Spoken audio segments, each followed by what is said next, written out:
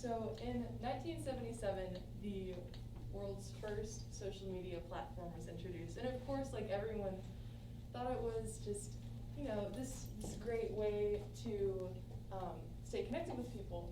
But over time, users grew as they would. And along with that, the amount of time spent on social media also grew because more platforms were introduced. Facebook, Instagram, Snapchat, et cetera, et cetera. So not only did those two things grow, but also the amount of people being diagnosed with mental health issues grew as well. So this article was written by Ben Spencer, March 30th, 2019. So the information is still relatively new. So every child assessed for mental health issues must be asked about their social media use, psychiatrists have been told. The advice issued by the Royal College of Psychiatrists said clinicians should check if youngsters are spending too much time online.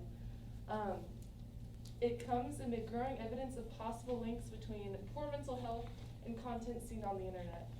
Experts estimate the average 14-year-old is now using social media for 3 to 4 hours a day. And that's not even like the extent of their screen time on other things besides social media.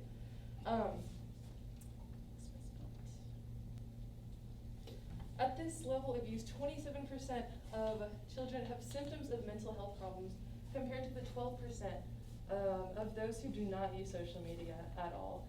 MPs this month said addiction to social media should potentially be classed as a disease. They are called for tough new regulations to protect children from an online Wild West. They said sites such as Facebook, Twitter, and Instagram should be regulated by Ofcom and forced to abide by a statutory code of conduct.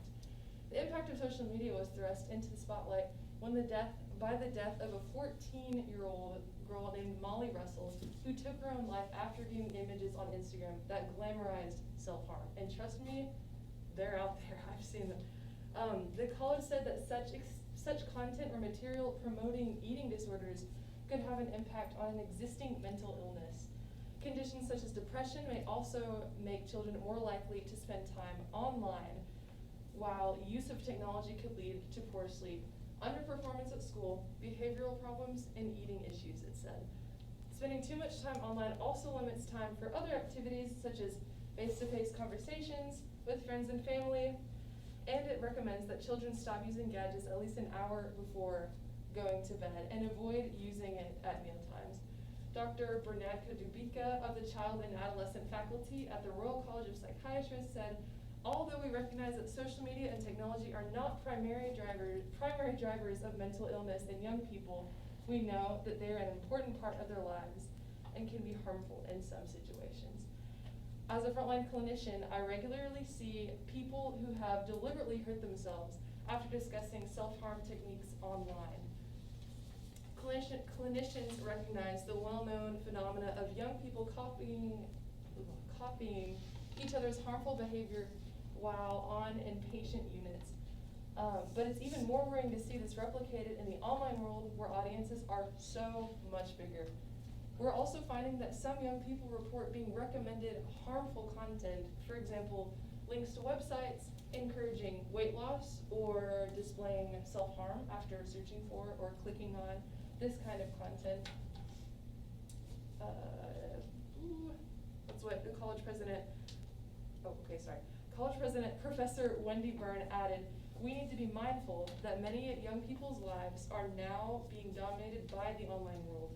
The government is set to publish a white paper on forcing social media firms to sign a code of conduct protecting young and vulnerable users.